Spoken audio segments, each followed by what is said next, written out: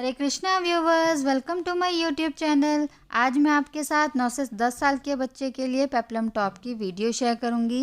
इससे पहले मैंने इस ड्रेस की शरारा की वीडियो शेयर करी है, जिसका लिंक मैंने डिस्क्रिप्शन बॉक्स में डाल दिया है, आप वहां से देख सकते हैं।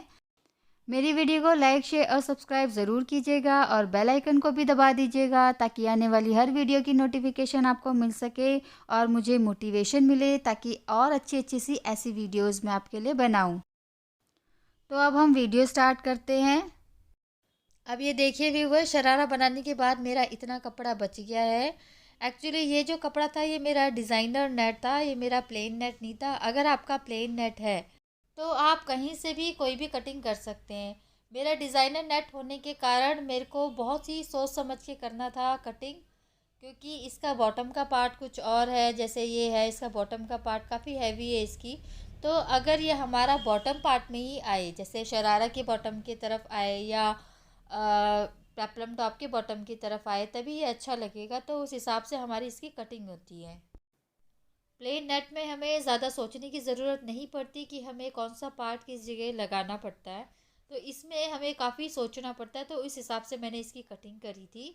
तो अब हम चलते हैं पेप्लम टॉप की ड्राफ्टिंग की तरफ। इसमें भी मैं दो लाइनिंग लगाऊंगी, टाफ्टा लाइनिंग और कॉटन की लाइनिंग। पेप्लम टॉप में भी सबसे पहले हम बॉडी पार्ट की कटिंग करेंगे, इसके बाद हम स्कर्ट पार्ट की कटिंग करेंगे। शरारा की कटिंग करने के बाद मेरे टाफ्टा लाइनिंग का फैब्रिक 2 मीटर का रह गया है और कॉटन की लाइनिंग का फैब्रिक भी मेरा 2 मीटर का रह गया है और नेट का फैब्रिक मेरा टोटल 5.5 मीटर का लगा है, जिसमें से मैंने पहले शरारा बनाया है, उसके बाद मैंने पेप्लम टॉप बनाया है और बाकी जो मेरा बचा हुआ कपड़ा है उससे मैंने दुपट्टा बनाया है। तो पेप्लम टॉप की ड्राफ्टिंग हम सबसे पहले टाफ्टा लाइनिंग पे करेंगे, इस पे हम बॉडीज पार्ट की ड्राफ्टिंग करेंगे। अब ये देखिए व्यूवर्स, ये मेरी टाफ्टा लाइनिंग है। इस टाफ्टा लाइनिंग की इस तरफ से मैंने शरारा की कटिंग करी हुई थी, तो अब मेरी इस साइड का कपड़ा बच गया है। अब हम इस पार्ट पे बॉडीज पार्ट की ड्राफ्टिंग करेंगे। ड्राफ्टिंग करने से पहले मैं आपको शरारा दिखा देती हूँ। ये देखिए व्यूवर्स, ये मैंने डिज़ाइनर शरारा बनाया हुआ है। इसका मैंने डिटेल्ड वीडियो अलग से बना रखा है, जिसका लिंक मैंने डिस्क्रिप्शन बॉक्स में डाल रखा है। अगर आपने मेरी वो वाली वीडियो नहीं देखी तो आप ज़रूर देखिएगा। अब हम बॉडीज पार्ट की ड्राफ्टिंग करते हैं।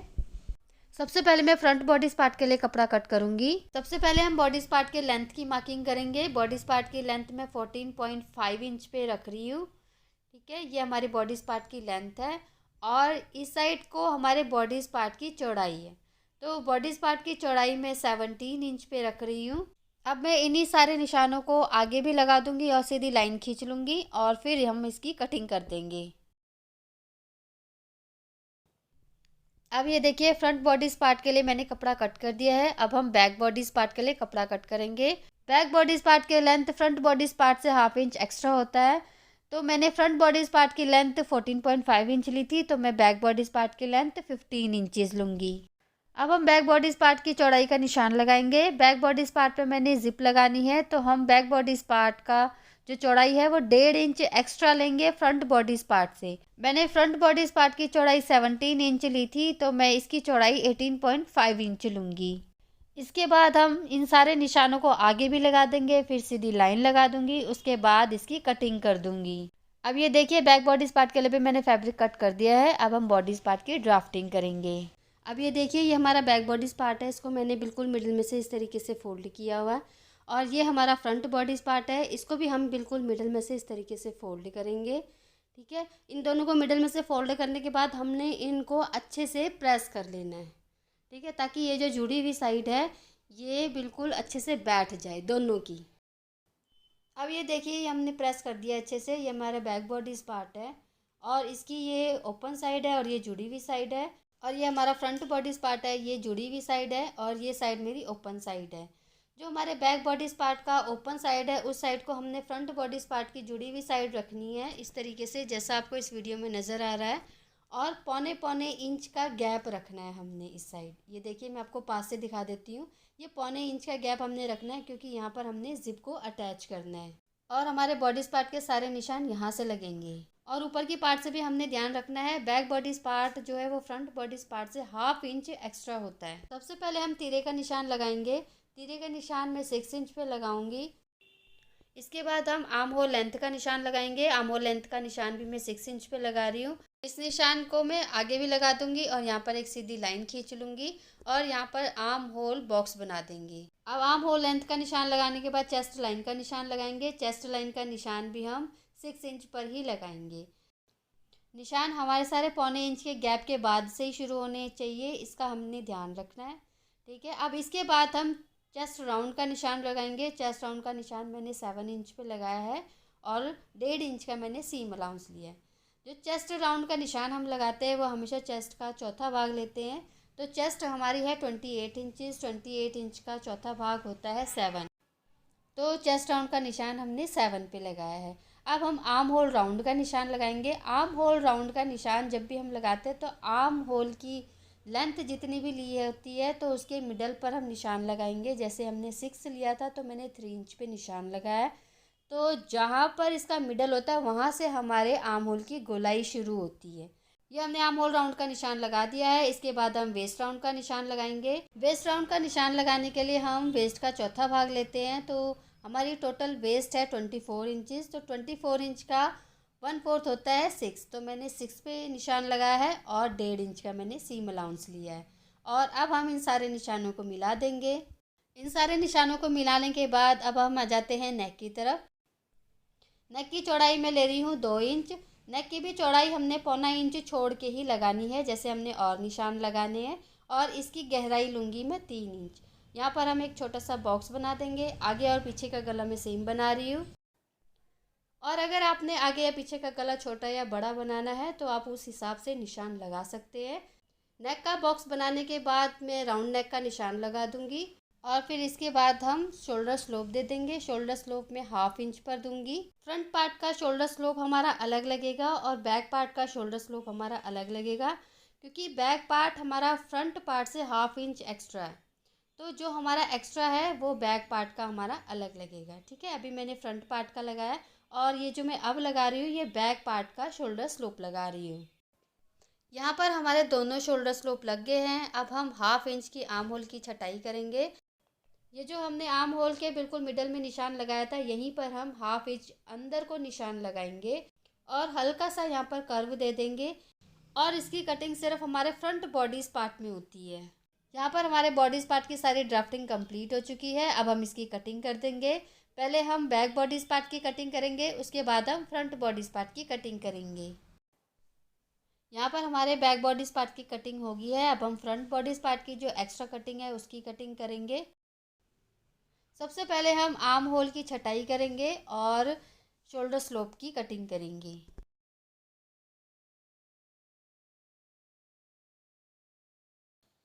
यहाँ पर हमारे फ्रंट बॉडीज पार्ट की एक्स्ट्रा कटिंग कंप्लीट हो गई है। अब हम नेक की कटिंग करेंगे। फ्रंट नेक और बैक नेक मेरे दोनों सेम है, तो हम एक दूसरे के ऊपर इस तरीके से रखेंगे और नेक की भी कटिंग कर देंगे। अब यहाँ पर हमारे फ्रंट बॉडीज पार्ट और बैक बॉडीज पार्ट दोनों की कटिंग कंप्लीट हो गई है। अब हम इसकी कटिंग लाइनिंग पे भी कर देंगे और नेट फैब्रिक पे भी कर देंगे। अब ये देखिए व्यूअर्स, ये मेरा बैक बॉडीज़ का पार्ट है और ये फ्रंट बॉडीज़ का पार्ट है। तो बैक बॉडीज़ के पार्ट की कटिंग हम नेट पर पहले करेंगे।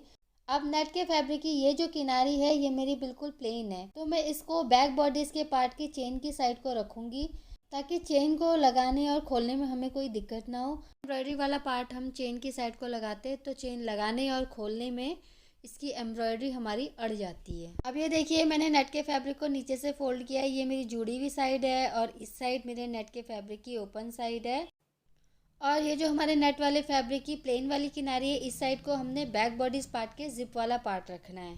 हमारे बैक बॉडीज पार्ट के दोनों पल्लों की कटिंग एक साथ हो जाएगी। अब ये देखिए ये मैंने टाफ्टा लाइनिंग के बैक बॉडीज पार्ट को नेट के फैब्रिक के ऊपर रख दिया है।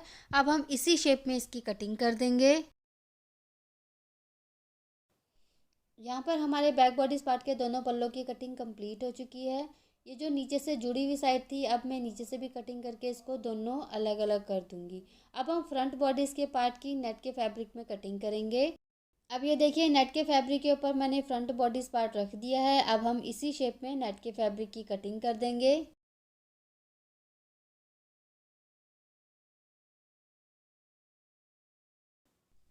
अब ये देखिए नेट के फैब्रिक में फ्रंट बॉडीज़ पार्ट की कटिंग कंप्लीट हो गई है। अब हम इन सब की कटिंग कॉटन की लाइनिंग पे करेंगे, फ्रंट बॉडीज़ के पार्ट की और बैक बॉडीज़ के पार्ट की भी। ये फ्रंट बॉडीज़ के पार्ट की लाइनिंग की कटिंग होगी है। इसी तरीके से बैक बॉडीज़ के पार्ट की लाइनिंग की कटिंग कर देंगे।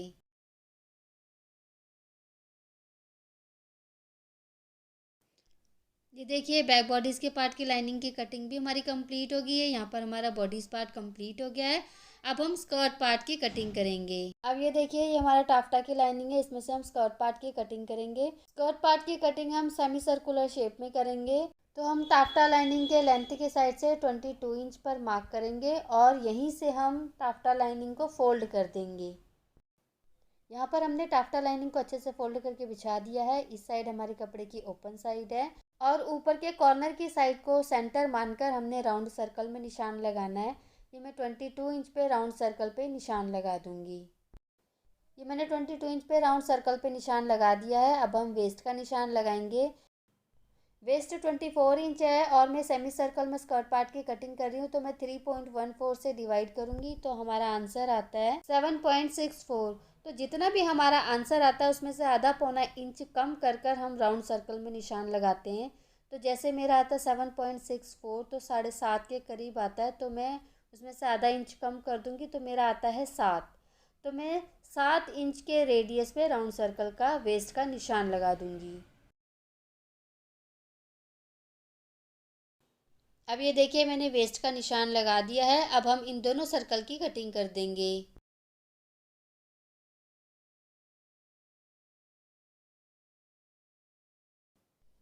इस स्कर्ट की लेंथ हमारी 15 इंचेस की है। अब हम इस स्कर्ट पार्ट की कटिंग कॉटन की लाइनिंग पर भी कर देंगे। अब ये देखिए ये कॉटन की लाइनिंग भी मैंने 22 इंच का फोल्ड करके अच्छे से बिछा दिया है। ये मैं आपको दिखा देती हूँ। और इस साइड मेरे लाइनिंग का ओपन पार्ट है और ये जो मेरे टाफ्टा लाइनिंग की स्कर्ट की कटिंग करी थी हम इसके ऊपर इस तरीके से अच्छे से बिछा देंगे और इसी शेप में कॉटन के लाइनिंग में स्कर्ट पार्ट की कटिंग कर देंगे। यहाँ पर हमारे लाइनिंग के फैब्रिक में स्कर्ट पार्ट की कटिंग हो गई है। अब हम नेट के फैब्रिक में स्कर्ट पार्ट की कटिंग करेंगे। पेप्लम टॉप में मैं डबल लेयर स्कर्ट पार्ट बना रही हूँ नेट के फैब्रिक का। तो ये मेरे बॉटम वाला पार्ट है नेट के फैब्रिक का। इसको मैं ऊपर वाली लेयर बनाऊंगी और जो नीचे वाली लेयर है उसको मैं सिंपल इसके ऊपर से फैब्रिक की कटिंग करूँगी। दोनों लेयर्स की चौड़ाई मेरी बराबर होगी। 100 इंच की मैं चौड़ाई रख रही हूँ। तो सबसे पहले मैं ऊपर वाले लेयर की कटिंग कर देती हूँ।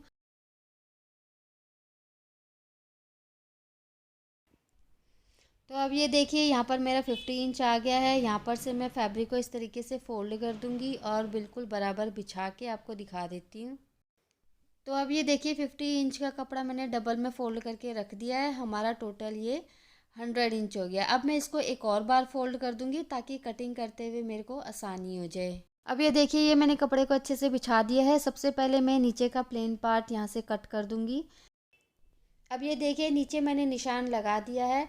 अब मैं इसके ऊपर से 13 इंच पे निशान लगाऊंगी क्योंकि जो मेरा ऊपर वाला लेयर है स्कर्ट पार्ट का वो मैंने 13 इंच का रख रही हूँ। और इसके बाद मैं इस निशान को आगे लगा दूंगी, फिर सीधी लाइन खींच दूंगी और मैं इसकी कटिंग कर दूंगी।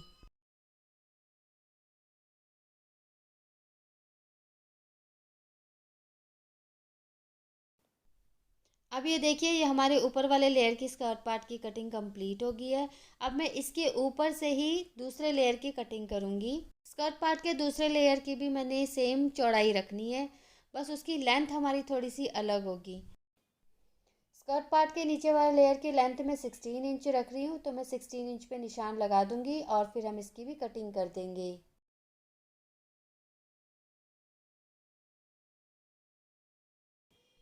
अब ये देखिए ये हमारे स्कर्ट पार्ट के दोनों लेयर की कटिंग कंप्लीट हो गई है और अब ये जो हमारा ऊपर वाला पार्ट बचा हुआ है इसका हम दुपट्टा बनाएंगे। इसके बाद हम स्लीव्स की कटिंग करेंगे। ये देखिए व्यूवर्स मैंने स्लीव्स के लिए कपड़ा पहले से कट करके रखा हुआ है। ये कपड़ा मेरा 2 पीसेस में है। ये मैंने चारों साइड से पर्ल हेड पिन से सिक्योर करके रखा हुआ है। सबसे पहले मैं आपको इसकी मेजरमेंट बता देती हूँ। इसकी चौड़ाई 13.5 इंच के करीब है और इसकी जो लेंथ है वो 24.5 इंच के करीब है। ये बाजू की लेंथ है और ये चौड़ाई है। सबसे पहले हम चौड़ाई की तरफ से स्लीव्स को बिल्कुल मिडल में से इस तरीके से फोल्ड करेंगे। ये जुड़ी हुई साइड है और ये ओपन साइड है। ओपन साइड से नेट फैब्रिक की 4 लेयर्स हैं। स्लीव्स की लेंथ 17 इंचज़ की है, मैं 18 इंच लूँगी। 1 इंच में सीम अलाउंस के लिए लूँगी, तो मैं 18 इंच पे निशान लगा दूँगी। इसी तरीके से मैं दूसरी तरफ से भी 18 इंच का निशान लगा दूँगी और सीधी लाइन खींच दूँगी। इसके बाद हमारा ऊपर का फैब्रिक 6.5 इंच का रह गया है। अब जहाँ पर हमने 18 इंच का निशान लगाया था, इसके नीचे की तरफ को हम 2.5 इंच पर निशान लगाएंगे। ये हमारी स्लीव्स की केप हाइट होएगी। यही निशान हम आगे भी लगा देंगे और सीधी लाइन लगा देंगे। इसके बाद हम आर्म होल कर्व के लिए निशान लगाएंगे। बॉडी पार्ट पे मैंने आर्म होल लेंथ 6 इंच का लिया था, इसमें मैं आर्म होल कर्व का निशान 5.5 इंच पे ले रही हूँ। इसमें मैं पफ स्लीव्स बना रही हूँ, तो आर्म होल कर्व का लेंथ अगर कम भी हो तो हमारा चल जाता है। तो मैं 5.5 इंच पे निशान लगा दूँगी और इसके बाद मैं आर्म होल कर्व का निशान लगा दूँगी। अब ये देखिए, ये आर्म होल कर्व का निशान हमने लगा दिया है, पर इसकी जो केप हाइट है मैंने इसकी ऊपर तक लेनी है। ठीक है, क्योंकि इसमें हम पफ स्लीव्स बना रहे हैं, तो इसकी केप हाइट हमारी थोड़ी सी लंबी होती है। तो 6.5 इंच जो मेरा ऊपर एक्स्ट्रा कपड़ा था, तो उसमें मैं आर्म होल कर्व का इस तरीके से निशान लगा दूंगी। अब हमारी जो कटिंग होगी ये ऊपर वाले केप हाइट पे होगी, नीचे वाले केप हाइट पे नहीं होगी। ठीक है, अब हम नीचे की आर्म होल की गोलाई दे देंगे। आर्म होल की गोलाई का निशान मैं 4 इंच पे लगा रही हूँ, बाकी 1.5 इंच का मैं सीम अलाउंस दूंगी। इसके बाद हम सारे निशानों को एक दूसरे के साथ मिला देंगे और इसकी कटिंग कर देंगे। अब यहाँ पर हमारे पूरे पेप्लम टॉप की कटिंग कंप्लीट हो चुकी है। अब हम स्टिचिंग की तरफ बढ़ते हैं। ये हमारे पेप्लम टॉप का बैक बॉडीज़ का पार्ट है और ये हमारे पेप्लम टॉप का फ्रंट बॉडीज़ का पार्ट है। ये मेरे नेट फैब्रिक का स्कर्ट पार्ट है, दोनों लेयर्स इसमें रखी हुई है। और ये हमारे लाइनिंग के फैब्रिक का स्कर्ट पार्ट है।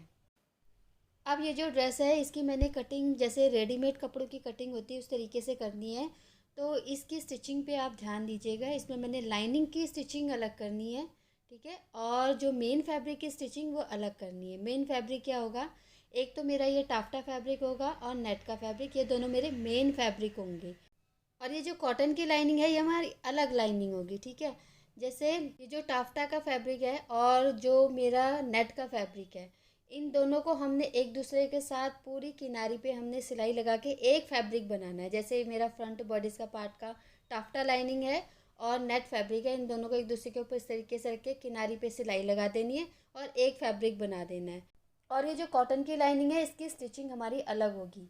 मैंने इसमें ज़िप जो है इनविजिबल लगानी है, तो इसलिए मैं इसकी सिलाई इस तरीके से कर रही हूँ। ठीक है, ये जो मेरा ड्रेस बनेगी ये रेडीमेड कपड़े जैसे होते हैं वैसे ही बनेगी। इसी तरीके से बैक बॉडीज़ पार्ट को भी हमने रेडी करना है। टाफ्टा फैब्रिक के ऊपर मैं नेट का फैब्रिक इस तरीके से रखूँगी और पूरी किनारी पे सिलाई लगा के इसको एक फैब्रिक बना दूँगी। अब ये देखिए, टाफ्टा लाइनिंग को और नेट के फैब्रिक को एक दूसरे के ऊपर रखकर मैंने किनारी पे सिलाई लगा दी है और मैंने एक फैब्रिक बना दिया है। अब ये हमारा फ्रंट बॉडीज़ का पार्ट है। बैक बॉडीज़ के पार्ट की राइट साइड को हमने फ्रंट बॉडीज़ के पार्ट के राइट साइड की तरफ इस तरीके से रखना है और इसके शोल्डर पे हमने सिलाई लगा देनी है। इसी तरीके से हम लाइनिंग के फैब्रिक की भी सिलाई कर देंगे। लाइनिंग के फैब्रिक में भी हमने शोल्डर जॉइन कर देना है। अब ये देखिए, मेन फैब्रिक को शोल्डर से मैंने जॉइन कर दिया है। इसी तरीके से लाइनिंग को भी मैंने शोल्डर में जॉइन कर दिया है। अब हम लाइनिंग को और मेन फैब्रिक को एक दूसरे के साथ जॉइन करेंगे। इन दोनों को हमने एक दूसरे के साथ जॉइन करने के लिए नेक की साइड से जॉइन करेंगे। ये देखिए, मैंने मेन फैब्रिक को ओपन करके दिखा दिया और राइट साइड ऊपर की तरफ है। अब ये देखिए, ये लाइनिंग का हमारा रॉन्ग साइड है और ये लाइनिंग की राइट साइड है। लाइनिंग के राइट साइड को हमने मेन फैब्रिक के राइट साइड की तरफ फेस करके रखना है और नेक की तरफ इस तरीके से रख के नेक की शेप में गोलाई में हमने सिलाई लगा देनी है। सिलाई लगाते हुए हमें एक चीज़ का ध्यान रखना है कि जो हमारा बैक पार्ट है वहाँ से हमने 1.25 इंच छोड़ के हमने गोलाई में सिलाई लगानी है।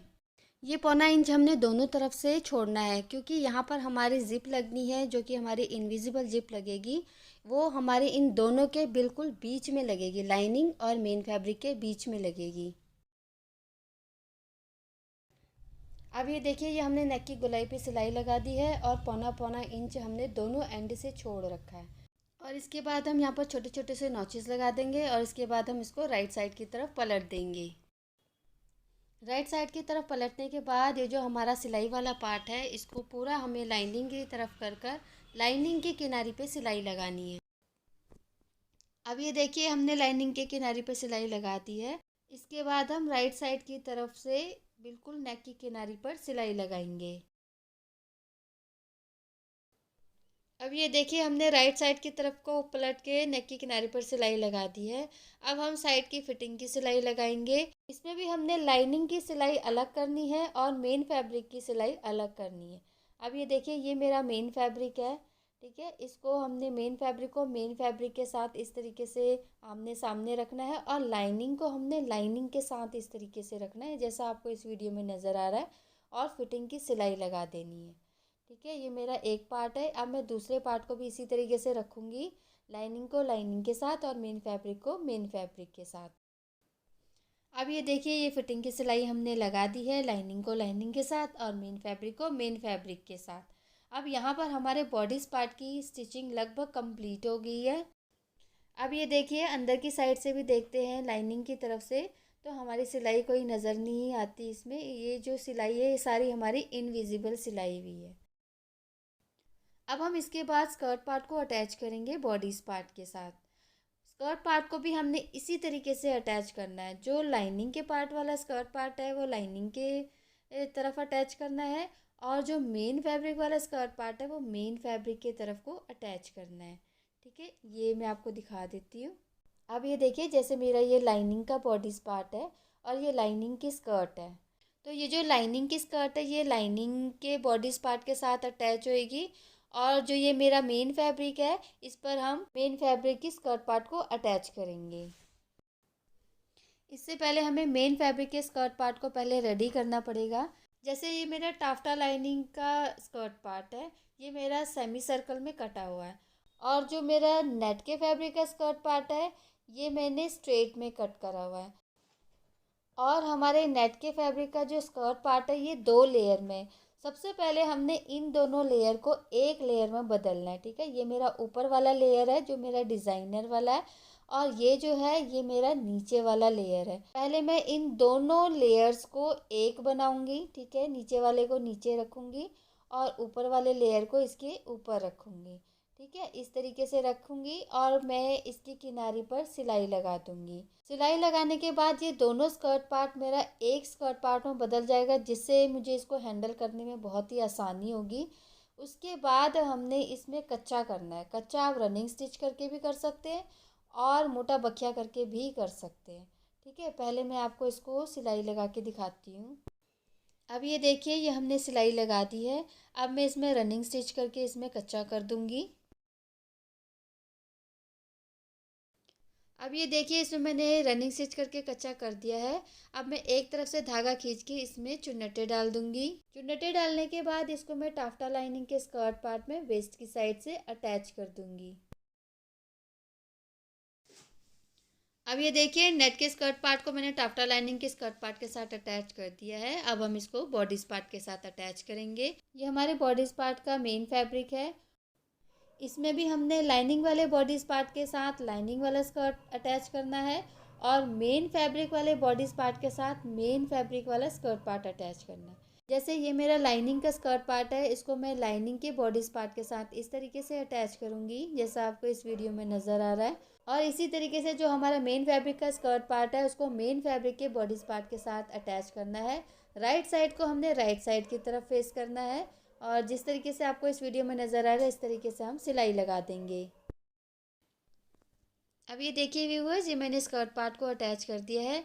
मेन फैब्रिक वाले स्कर्ट पार्ट को मैंने मेन फैब्रिक वाले बॉडीज पार्ट के साथ अटैच करा है, और लाइनिंग की स्कर्ट पार्ट को मैंने लाइनिंग वाले बॉडीज पार्ट के साथ अटैच करा है। इसके बाद हम स्कर्ट पार्ट को नीचे से फोल्ड कर देंगे।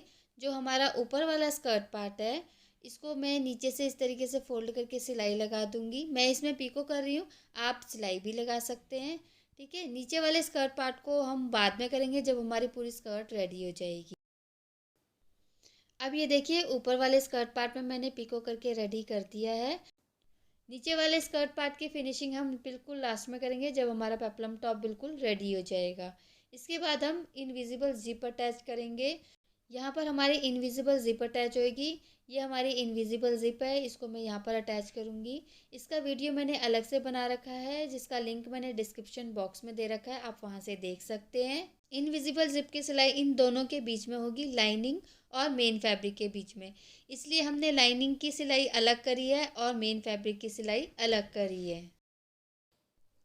अब ये देखिए, ये हमने इनविजिबल ज़िप अटैच कर दी है।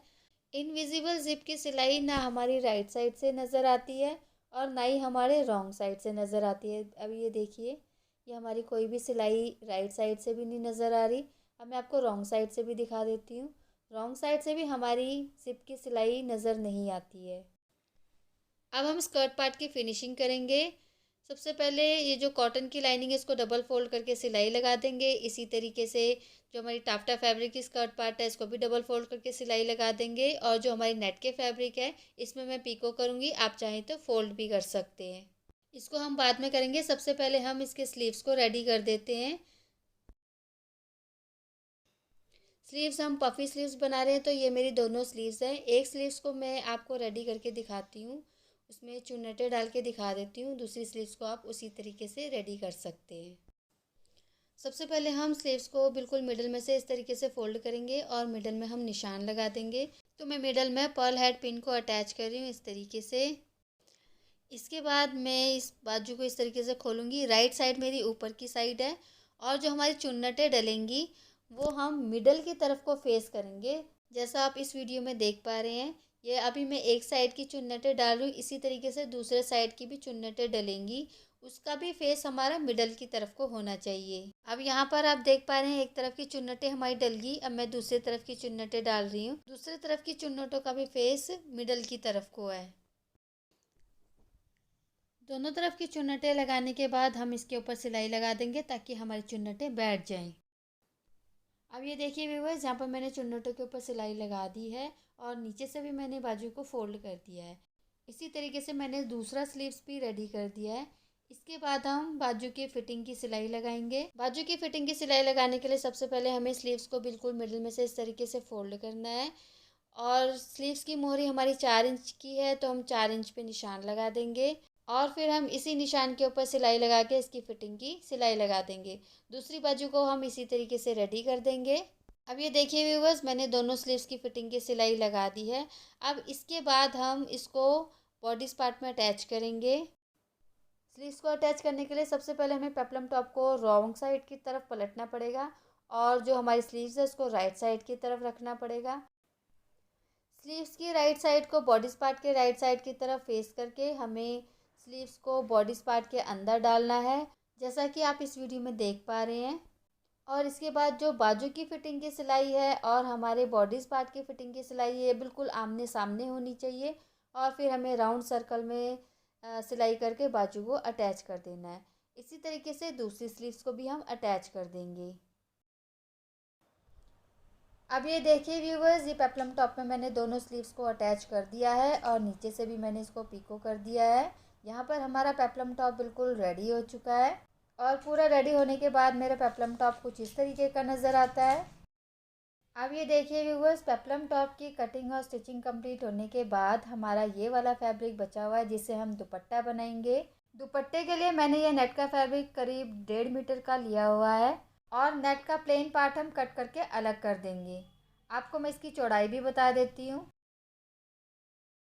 इसकी चौड़ाई 18 इंच के करीब है और इसकी किनारी पर मैं गोल्डन लेस लगाकर इसको रेडी कर दूंगी।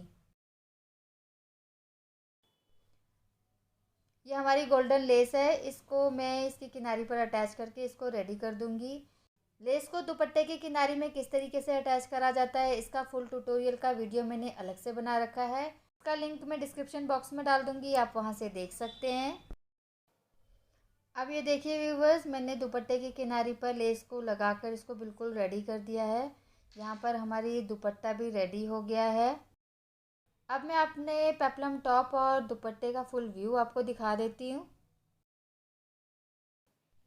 होप व्यूवर्स आपको मेरी ये वीडियो अच्छी लगी होगी। Thank you for watching. Hare Krishna.